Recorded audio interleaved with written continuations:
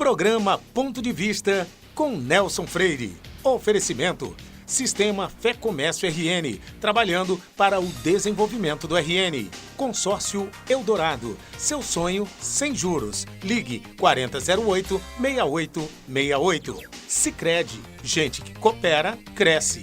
Incor, experiência que faz história. Realize, otimizando resultados para a sua empresa.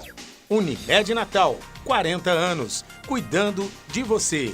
Esse é o plano.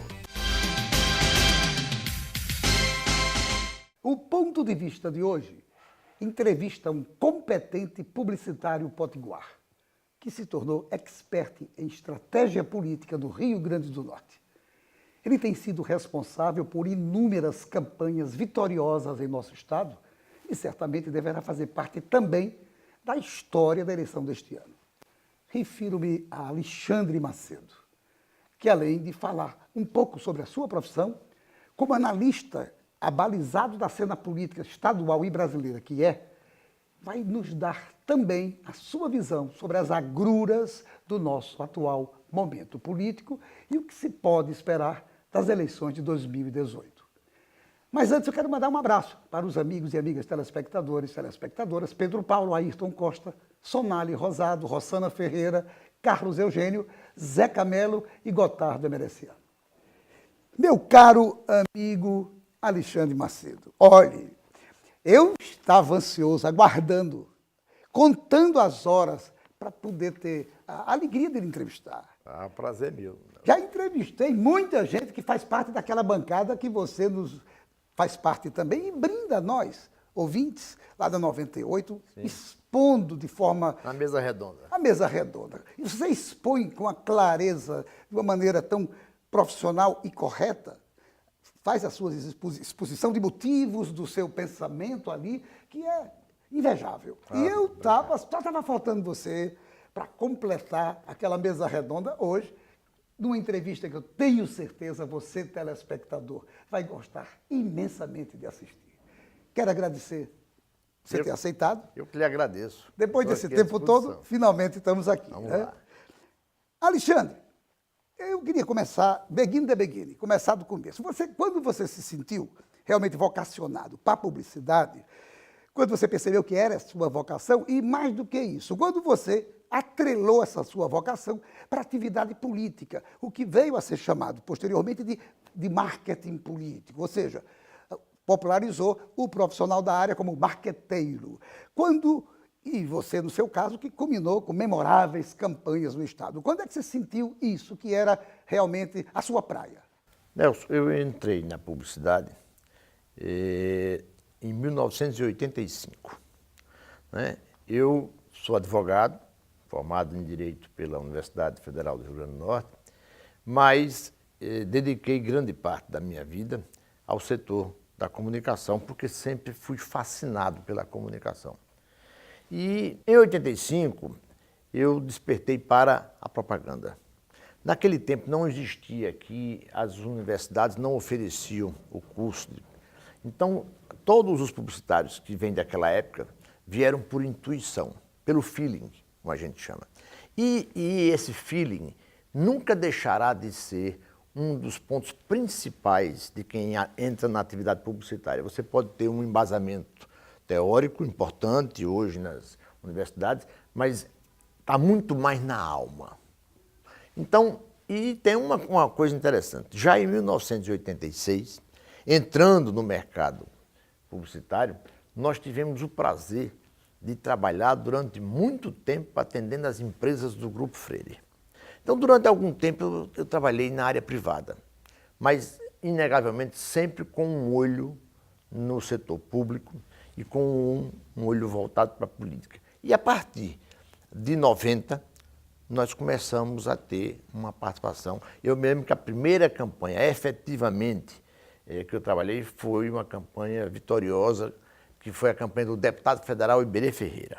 E a partir dali, vem aí uma história, porque já em 92 nós estávamos na coordenação de marketing da campanha do candidato Aldo Tinoco, que foi a primeira eleição municipal em Natal da qual participamos e, graças a Deus, ajudamos no contexto vitorioso.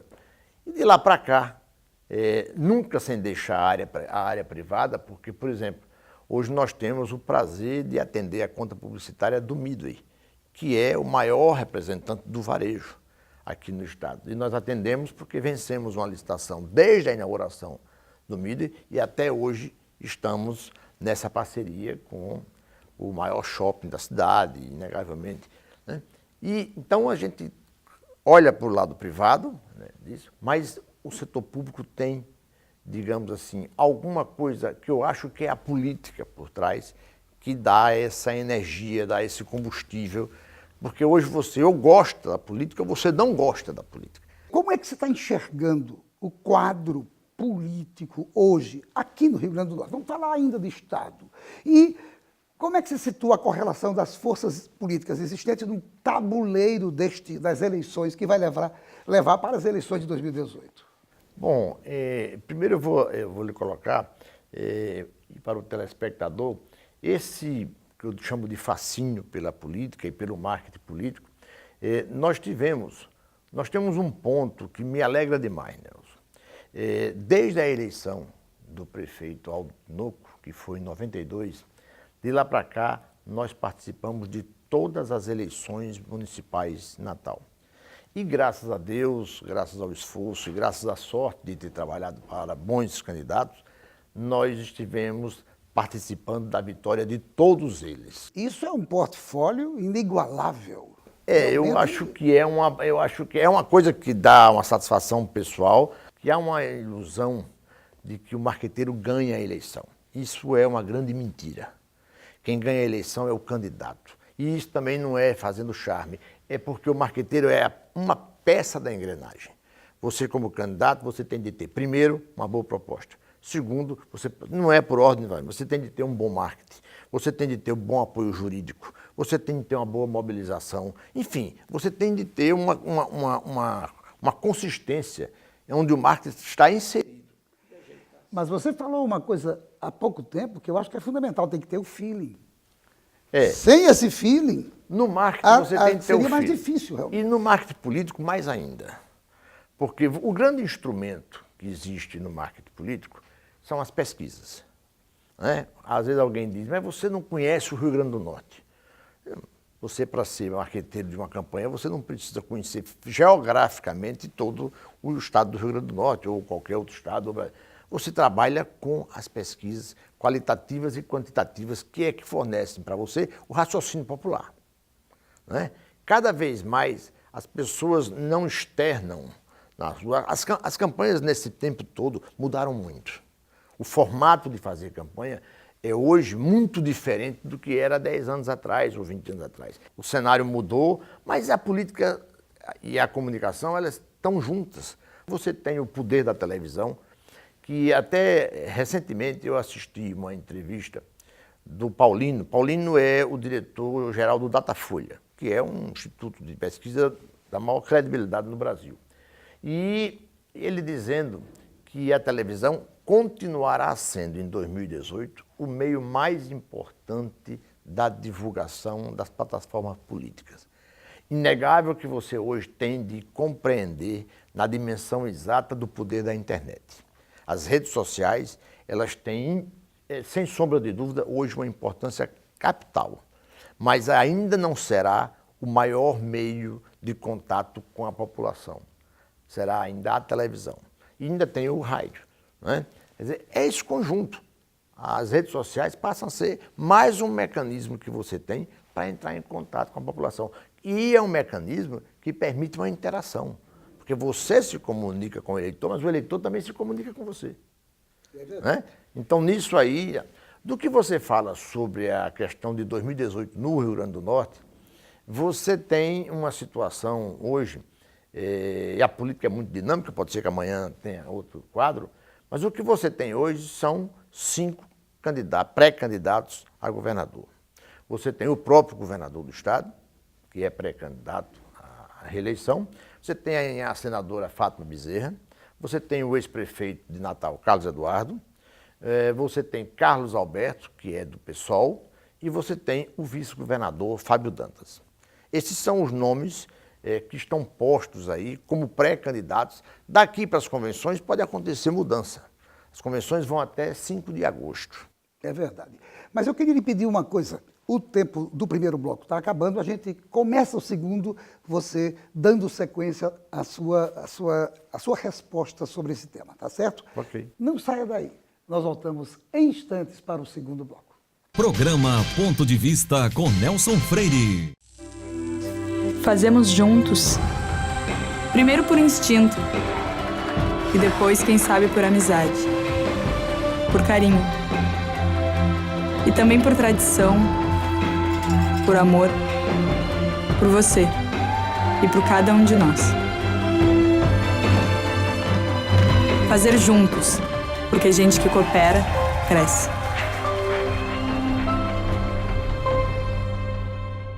Seu papel é estudar. O nosso é tornar possível seus estudos. Seu papel é dirigir com responsabilidade. O nosso é tornar possível o seu carro. Seu papel é decidir viver junto para sempre. O nosso é tornar possível o futuro de vocês dois. Seu papel é amar seus filhos. O nosso é tornar possível o lar da sua família. Consórcio Eldorado. Há 30 anos, o nosso papel é tornar possível.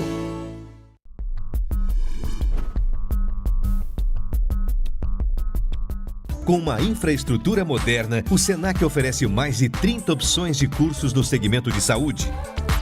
Pioneiras no Rio Grande do Norte, as habilitações técnicas em áreas como podologia e estética são diferenciais da instituição. Também se destacam cursos de enfermagem, saúde bucal e o novo técnico em ótica, além de qualificações como massagista, cuidador de idoso, primeiros socorros e agente de combate às endemias. Os laboratórios do Senac contam com equipamentos de última geração e estão estruturados de maneira que o aluno possa vivenciar situações reais no ambiente de trabalho. Multiplique suas chances. O Senac tem as ferramentas que você precisa para transformar o que você gosta de fazer em uma atividade de sucesso. Senac, uma instituição do Sistema Fé Comércio RN. Programa Ponto de Vista com Nelson Freire. O INCOR Natal é especialista em clínica e procedimentos de alta complexidade ligados ao coração. Além de ter a melhor equipe de cardiologia da cidade, ainda oferece serviços em outras especialidades, tanto na unidade da Miguel Castro, na unidade da Promater e agora no Hospital Rio Grande. Já a Realize Consultoria em Recursos Humanos tem seu foco na gestão e desenvolvimento de pessoas, objetivando otimizar os resultados da sua empresa, aperfeiçoando mão de obra e aumentando a sua lucratividade. Contate com a Realize pelos telefones 994 20 48 21 e 20 10 0701. E nós voltamos à nossa entrevista com o publicitário Alexandre Macedo. Eu gostaria que você continuasse aquela exposição que você começou a fazer no final do primeiro bloco sobre exatamente a sua análise do quadro político, essa correlação de forças do tabuleiro do xadrez, do xadrez político, e eu queria que você emendasse para a questão da pesquisa, que você também citou. Como é que anda essa danada das pesquisas, tanto para o governo como para o Senado? O Brasil vive já há algum tempo, Nelson, a questão do ter o Instituto da Reeleição. Então você vai viver no Rio Grande do Norte agora uma campanha que trata-se de um projeto que está no governo já há 4 anos, com o atual governador, que vai às ruas perguntar ao povo se esse projeto está bom para o Rio Grande do Norte ou se esse projeto tem de ter mudança. Toda a reeleição é isso, não é uma questão só do Rio Grande do Norte. Em qualquer outro cenário é assim. Então nós vamos ter, o primeiro grande dilema dessa campanha é esse, é saber se o Rio Grande do Norte quer continuar no formato que está aí, ou se o Rio Grande do Norte quer uma alteração de rumo na questão gerencial do Estado, na questão administrativa, na questão política. Então, o quadro político hoje, você diz a correlação de forças, o que é que acontece?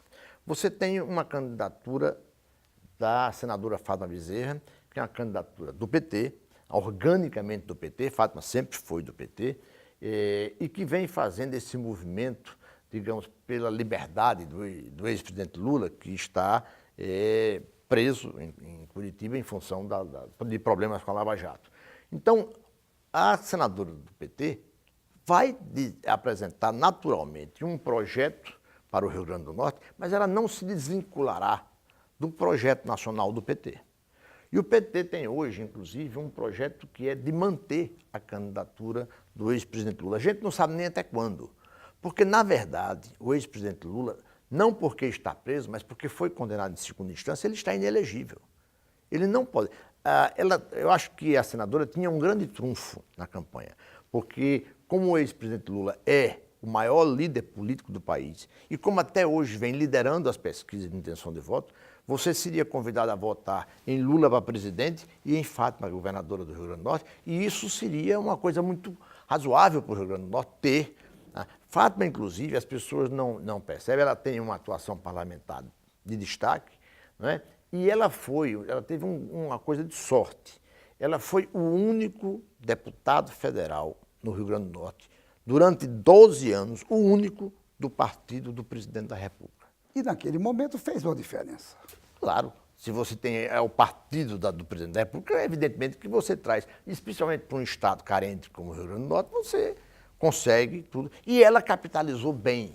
E os outros candidatos? Você já falou do governador, falou de Você Fátima, tem mais três ainda para ser Tem o analisado. ex-prefeito Carlos Eduardo, que está numa composição política semelhante à que estava em 2016, quando ele foi candidato à reeleição e ganhou a eleição. Ele está numa aliança com o PMDB, com os democratas, né? E o Carlos Eduardo vai apresentar ao Rio Grande do Norte um projeto administrativo que desenvolveu nos 4 mandatos de prefeito de Natal. E vai perguntar, claro, se esse projeto ou um modelo assemelhado, se é bom para o Estado. Quando tem a reeleição, não tem como você fugir.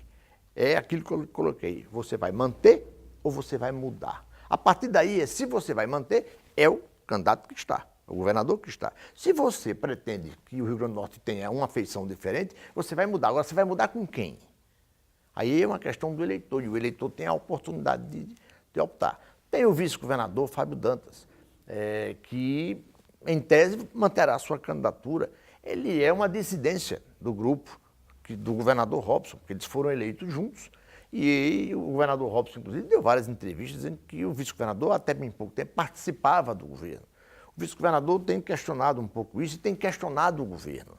Tem exposto de forma civilizada tudo, mas tem questionado. E você tem uma candidatura do PSOL, que é Carlos Alberto, uma candidatura de esquerda também, que vai questionar todo, digamos assim, essa plataforma política que está aí, né? Também é uma eleição muito importante desse ano, a eleição do Senado.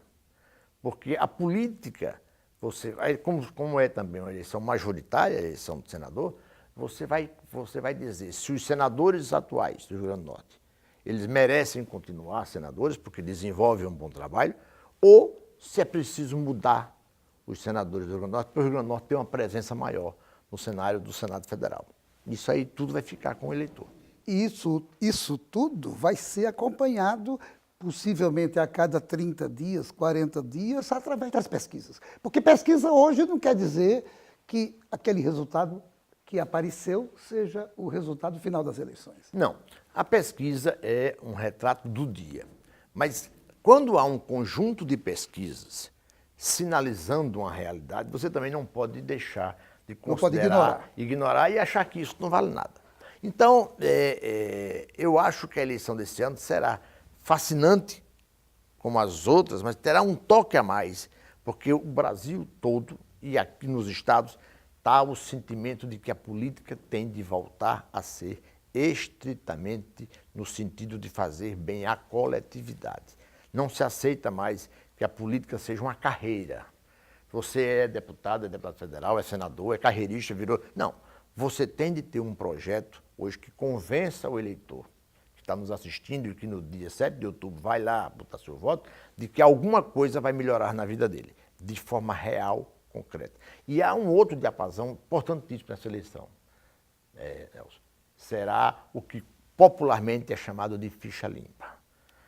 O problema, a sua vida pública, ela será, inegavelmente, ela será fiscalizada, ela será revista. E se você tiver problemas com a justiça, em relação ao manuseio de recursos públicos, ao manuseio de recursos eleitorais, você fatalmente terá problemas. É exatamente essa relação incestuosa que chamou a atenção do povo brasileiro. Então, muita coisa precisa ser modificada realmente ainda. O Brasil é um país que precisa ser reformatado, em muitas áreas, né? Mas a área política é a primeira, porque a relação da política, você elege alguém para ser um formulador legislativo, ou na Câmara Municipal, nas Assembleias, ou na Câmara Federal, ou no Senado. Você elege alguém para administrar o país. Então, você não pode permitir que o seu voto sirva, em vez de estar a política a serviço da sociedade, esteja a serviço do político.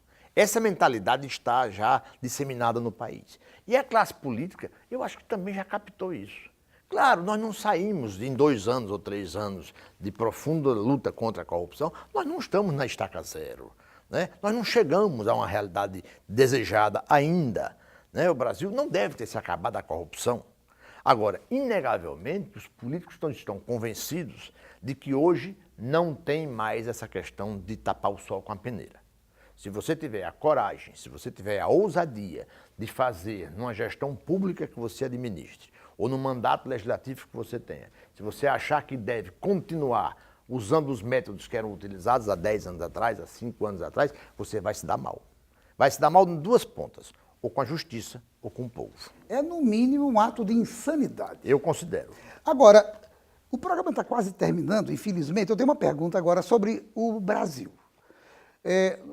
O presidente Temer, uns 15 dias atrás, havia falado numa entrevista de que achava que os partidos de centro deveriam ter um candidato só, porque eram 8 candidatos até então. Ele mesmo, recentemente, já não admitiu não ser candidato. Henrique Meirelles é candidato pelo MDB, mas ele continua insistindo que os partidos de centro tenham uma candidatura. Do outro lado, você tem o espectro de esquerda com essa tentativa de se manter uma candidatura que, evidentemente, não acontecerá de Lula, mas os demais partidos também estão muito divididos. E do outro lado, você tem a direita, e principalmente a extrema-direita, com o candidato Bolsonaro sendo mostrado para o país como o anti-Lula. A pergunta que não me quer calar: estaria o Brasil acompanhando uma tendência mundial, como aconteceu no Chile, como aconteceu no Peru, como aconteceu na Argentina, como aconteceu na França, uma guinada mais à direita? E outra, essa proposta do presidente de ter um candidato de centro seria capaz de evitar um crescimento de Bolsonaro? Vamos lá. No mundo, essa dicotomia direita e esquerda, hoje praticamente ela não existe na prática, certo? As pessoas não estão mais votando por isso, ou por esse sentimento de direita ou sentimento de esquerda, exceto determinados grupos, mas eu digo o máximo da população.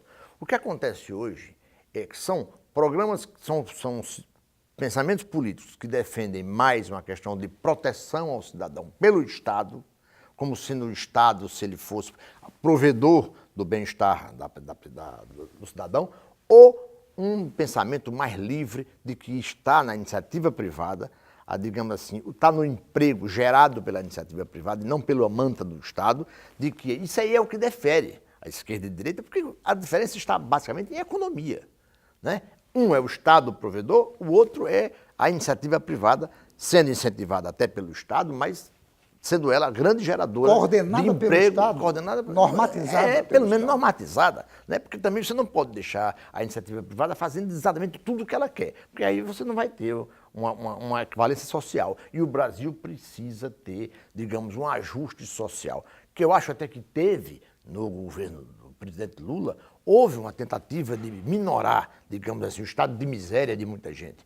Mas é preciso hoje fomentar a economia ao ponto de que é verdade, a iniciativa privada é quem gera emprego, não pode ser mais o Estado. O Estado tem de ser menor, né? E deixar que a sociedade consiga fazer isso. A questão do presidente Temer que você coloca, na minha avaliação, o que acontece é o seguinte: você tem uma candidatura de esquerda, que é a do presidente Lula. Mesmo, não, na minha opinião, não chegando a ser, ele não estará na cédula eleitoral, lá na urna eletrônica, na eleição, mas ele vai manter isso até algum dia, que a gente não sabe quando é que o PT mantém essa estrutura, ou eles partirão para uma outra candidatura de esquerda.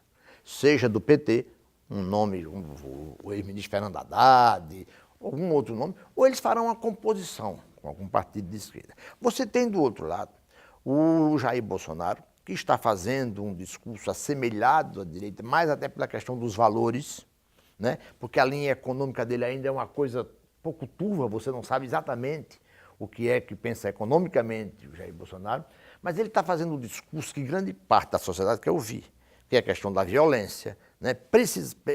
Principalmente isso aí.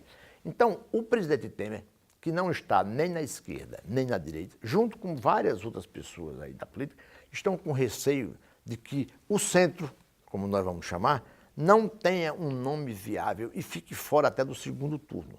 Há, no momento, uma pulverização de nomes que estão, digamos, nesse espectro do centro, mas que nenhum deles ainda conseguiu ter uma desenvoltura eleitoral que garanta uma presença no segundo turno.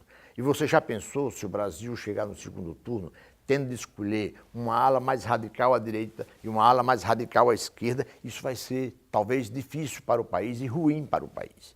Então, eles querem encontrar um nome que carimbe no centro. E aí tem surgido vários.